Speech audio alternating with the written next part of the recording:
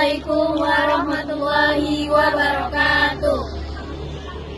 Baiklah, kami dari kelompok 3 akan mewawancarai beberapa narasumber tentang radikalisme dengan sasaran masyarakat sekitar. Cekidot. Saya Penny Herliana dengan NPM 24 sebagai pewawancara 1. Permisi Bu, aku nunggu waktunya ya Bu.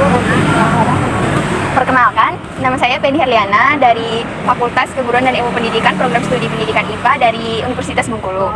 Di sini Penny mau bertanya sama Ibu tentang radikalisme. Apakah Ibu mengetahui tentang apa itu radikalisme? Tidak tahu. Ini Bu, jadi radikalisme itu adalah sekelompok orang yang mengajak seseorang untuk melakukan perubahan tapi dengan cara memaksa. Nah, kalau seperti sudah penjelaskan, menurut Ibu apa saja faktor penyebab terjadinya radikalisme? Biasanya anak-anak tuh ibaratnya bergaul salah, berteman dengan seseorang diajak langsung mau. Nah, hal seperti itu biasanya salah itu. Nah, kalau itu kayak begitu salah pokoknya, nggak boleh. Itu kan kayak jenis narkoba, itu kan nggak boleh sama sekali. Agama juga beda, nggak boleh. Terus apa lagi nak? Ciri-ciri radikalisme? Ciri-ciri radikalisme itu biasanya nak ya penyimpangan. Jadi penyimpangan. Dia tuh ibarat memaksakan kehendak dia, tapi secara halus kepada seseorang. Akhirnya mereka mengikuti dia gitu. Tapi salah. Cara dia itu salah.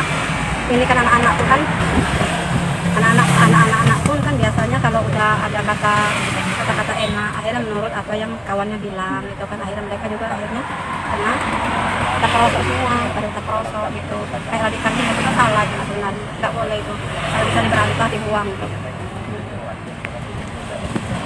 Terus ini Bu, kalau menurut Ibu contoh radikalisme di lingkungan sekitar kita Bu apa? Gini loh nak, kalau kebanyakan rata-rata mereka tuh mengajarkan tuh masalah agama juga ada menyimpang. Terus obat-obatan iya, ya gitulah, agama sama obat-obatan menyimpang tuh. Kayak di narkoba, tandanya kan yang menyimpang. Kalau menurut Ibu bagaimana cara mengatasi radikalisme yang terjadi di lingkungan kita? Mengatasinya nak, kita berkawan, hati-hati. Terus kita telusuri benar kawan kita kayak gimana. Jangan kita mengikuti, kalau dia salah, kita lawan. Kita lawan kalau dia salah, kita benarkan dia, jangan sampai kayak gitu. Kalau seandainya dia naruh sama kita, ya apa boleh buat, jangan berkawan dulu kan. Itu aja nak, pokoknya kalau radikalisme itu salah. Kalau menurut Ibu. Iya. Terima kasih ya Bu. Sayang. Saya Dinda Sujika Putri dengan NPM 046 sebagai pewawancara kedua. Permisi Mbak, ya Mbak, ada apa ya Mbak? Lagi santai Mbak? Boleh minta waktu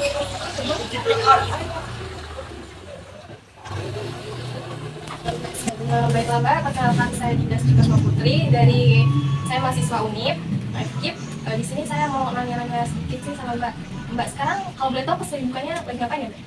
Biasanya saya ibu rumah tangga guys. Oh iya. Jadi di sini saya mau menanyai tentang radikalisme. Mbak pernah dengar nggak sih apa itu radikalisme? Bingung itu ya? Radikal itu, saya kasih penjelasan sedikit ya Mbak.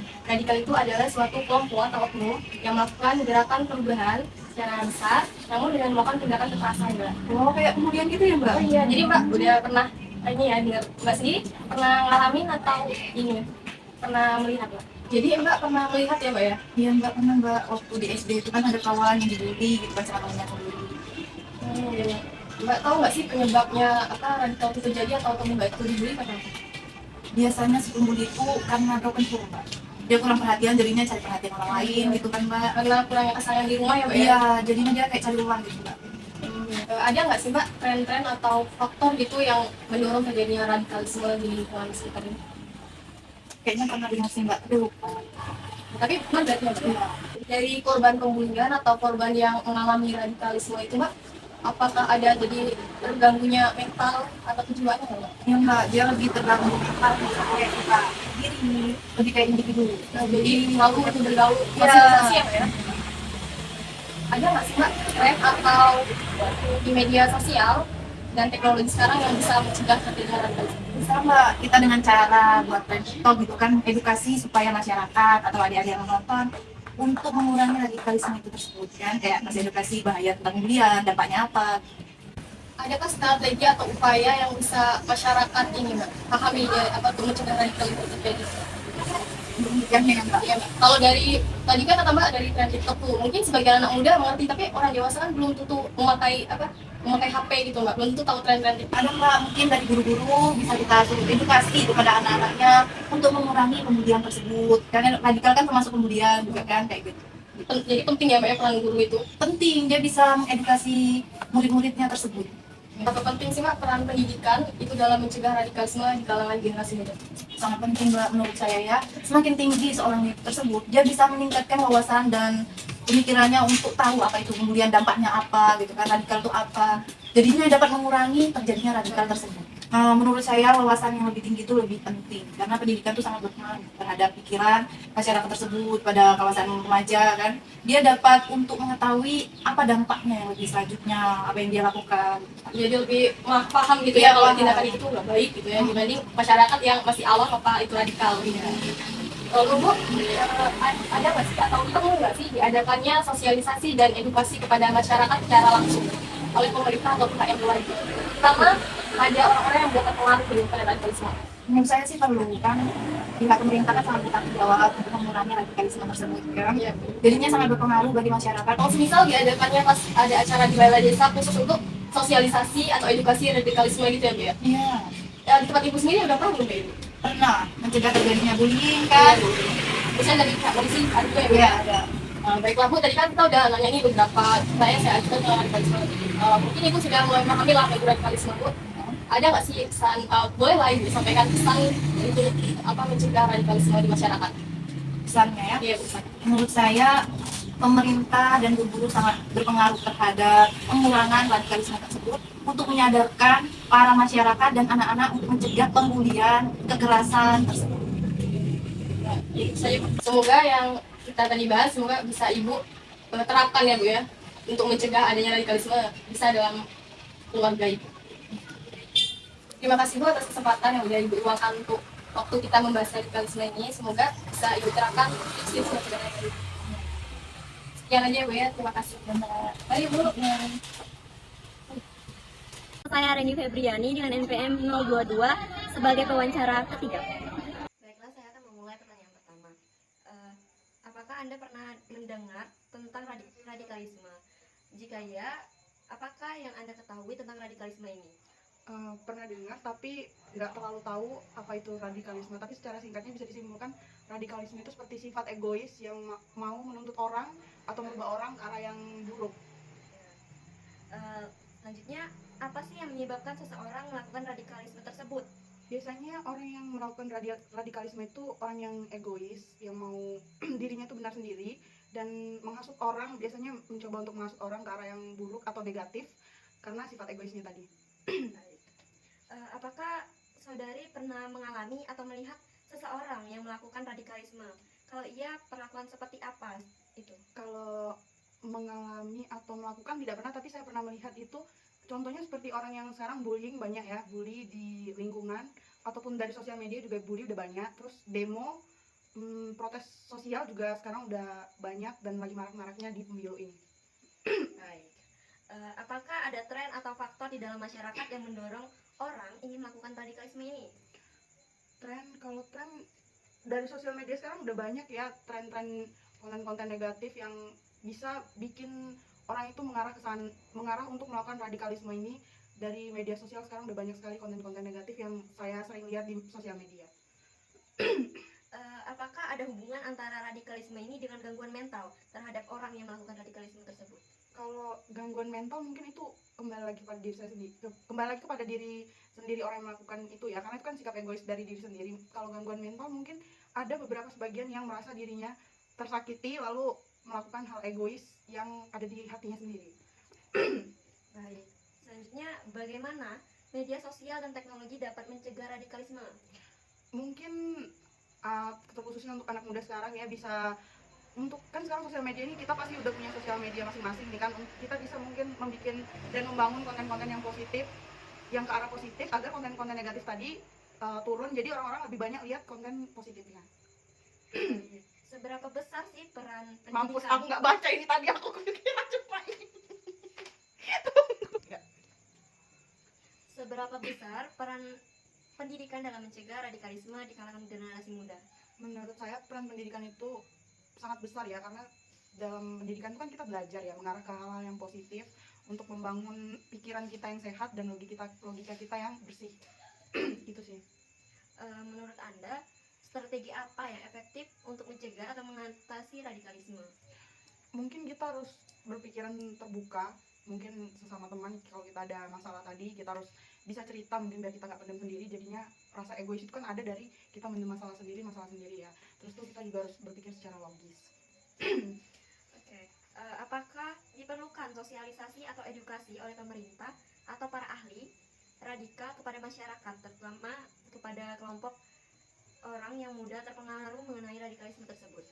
Kalau peran dari pemerintah sangat penting sih bagi saya. Oke, boleh tolong sampaikan pesan atau nasihat kepada masyarakat mengenai radikalisme?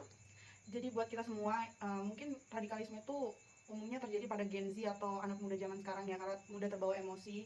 Mungkin kita sekarang harus lebih berpikiran terbuka, berpikir sehat, berpikir logika, jangan mudah terpengaruh ke hal-hal yang belum tentu benar atau hal-hal yang buruk. Oke, terima kasih. Ngomong mah. Baiklah, sekian wawancara dari anjir. Oke, baiklah, itu tadi wawancara yang dapat saya Oke, baiklah, sekian wawancara saya kepada narasumber. Saya ucapkan terima kasih atas kesediaan waktunya. Sekian dari saya. Bye. Saya Alia Ramadhani dengan NPM 042 sebagai wawancara kembali. Hai, sebelumnya boleh minta waktunya sebentar nih? Boleh. Sebelumnya perkenalkan, nama saya Alia Ramadhani. Jadi di sini saya merupakan salah satu mahasiswa Universitas Bengkulu di mana ingin mewawancarai kakak mengenai isu tentang radikalisme di sekitar kakak. Sebelumnya saya boleh tahu namanya siapa ya kak? Nama saya Dinda Puspita. Oke, Kak Dinda ya.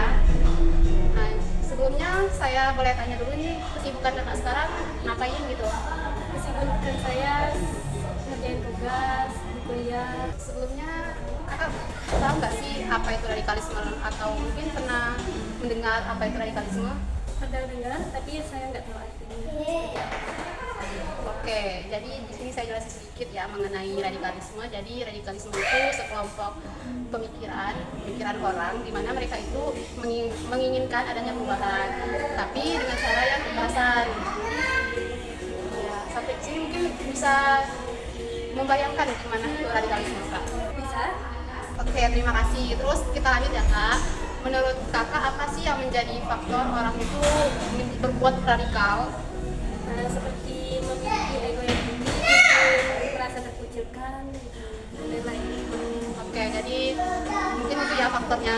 Menurut pandangan kakak nih ya, apa sih contoh atau sifat orang yang melakukan radikalisme ini? Mungkin seperti teroris, tawuran, orang yang memaksa kekerasan, dan lain-lain. Memaksakan rakyat dengan kekerasan. Oke, menurut kakak ya, apakah ada tren atau faktor di dalam masyarakat yang mendorong seseorang itu ingin melakukan radikalisme ini? Mungkin ada beberapa tren yang mungkin baru seperti anak muda, seperti tren di sosial media, seperti TikTok, di mana mereka ini melihat tren tersebut dan kemudian terjadi terpengaruh. Oke, selanjutnya nih, apakah ada hubungan antara radikalisme dengan gangguan mental terhadap orang yang melakukan radikalisme? Mungkin ada, Bisa kakak berikan contohnya? mungkin sepertinya saya tahu. Oke, di sini saya memberi gambaran dikit ya. Mungkin contohnya itu si pelaku ini atau si pelaku yang melakukan radikalisme itu memiliki gangguan mental mungkin karena mereka dikucilin gitu dari masyarakatnya, sehingga dengan begitu mereka tidak dapat mengontrol emosinya. Terus juga tingkat emosi yang labil itu membuat seorang bisa menjadi radikal seperti itu. Oke, kita lanjut ya kak. Menurut kakak nih, bagaimana media sosial dan teknologi itu dapat mencegah radikalisme?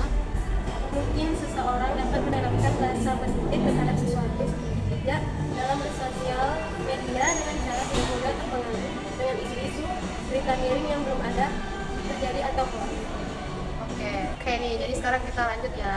Menurut kakak, seberapa penting sih peranan pendidikan dalam mencegah radikalisme, khususnya di generasi muda?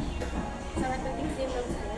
Sangat penting, ya betul sekali, menurut saya juga sangat penting. Karena apa? Karena dengan adanya peran pendidikan, kita sebagai generasi Z itu bisa lebih memiliki wawasan yang lebih gitu kan, memiliki pengetahuan yang lebih, sehingga kita tidak mudah terpengaruh tentang isu-isu yang belum benar terjadi. Karena dengan adanya isu miring, terutama di sosial media, kita sebagai Gen Z itu juga bakalan dapat dampaknya seperti terpengaruh dari sosial media, sehingga kita tuh menjadi orang yang radikalisme.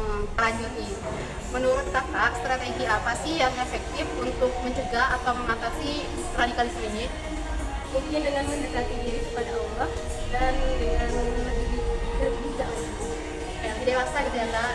Pertanyaan selanjutnya nih, apakah diperlukan sosialisasi atau edukasi oleh pemerintah atau para ahli radikalisme kepada masyarakat, terutama kepada kelompok yang mudah terpengaruh mengenai radikalisme? sepertinya sangat perlu. Oke, sekarang kita ke pertanyaan terakhir nih Kak.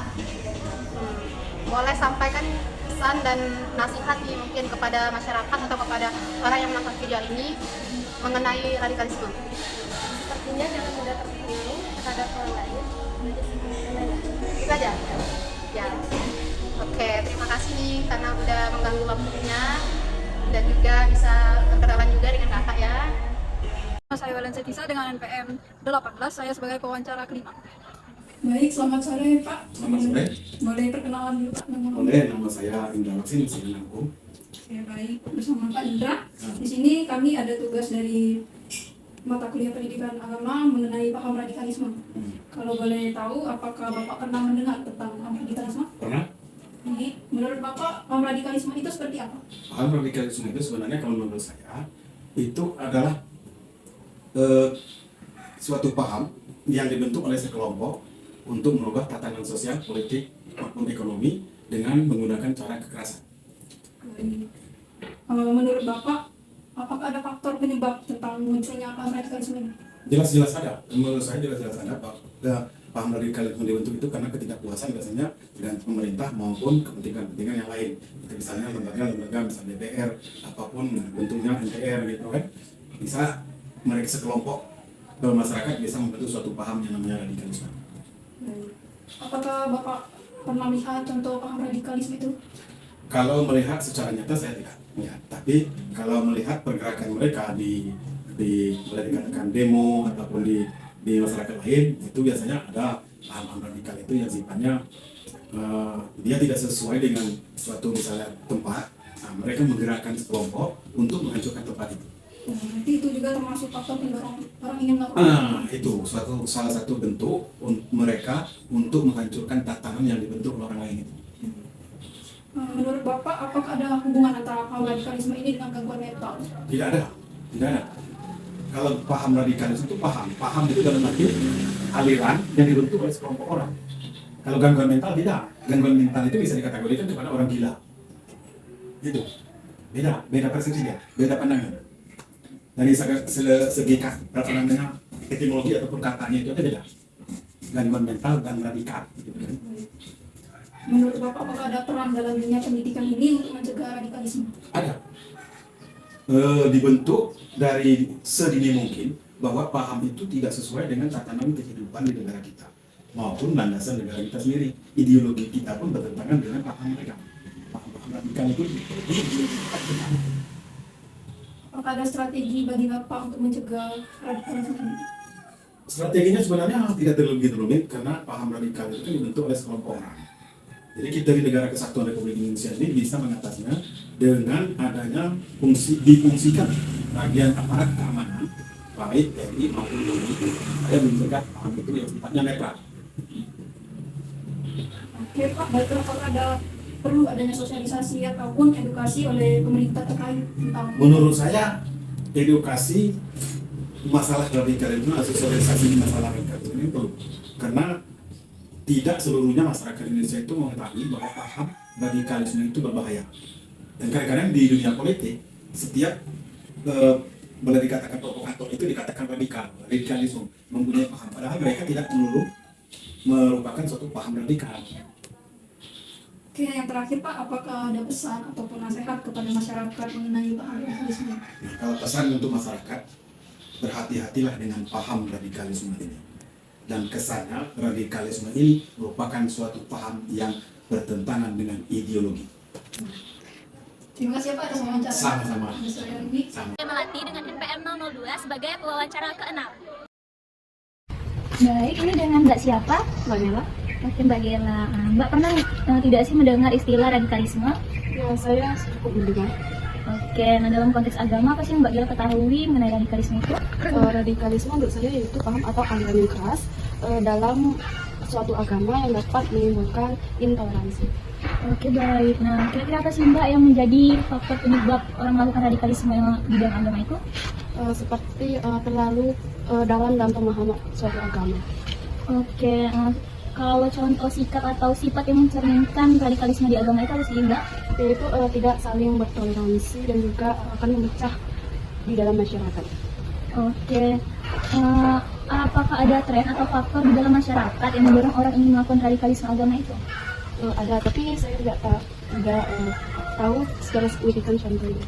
Oke, kalau apakah ada hubungan antara radikalisme dengan gangguan mental? Tidak ada. Ya, seperti mana sih peran media sosial dan teknologi dalam mencegah radikalisme agama ini? Menurut saya itu dengan mengedukasi penyebaran hal-hal yang positif agar mencegah terjadinya radikalisme ini. Oke, nah itu tadi kan peran media sosial nih. Nah kalau peran pendidikan dalam mencegah radikalisme ini seberapa besar sih peran pendidikan dalam mencegah radikalisme di kalangan generasi muda? Menurut saya peran radikalisme di pendidikan itu sangat penting karena di situ diajarkan bahwa pelaku radikalisme itu sangat tidak toleransi. Oke, nah sekarang nih menurut Mbak nih strategi apa sih yang paling efektif untuk mencegah atau mengatasi radikalisme dalam agama? Oh, baik. Nah, sekarang menurut Mbak nih, apakah diperlukan sosialisasi atau edukasi oleh pemerintah atau para ahli radikal kepada masyarakat, terutama kepada kelompok yang mudah terpengaruh mengenai radikalisme agama? Ya, bagi saya itu sangat penting. Itulah hasil wawancara dari kami. Kami akhiri.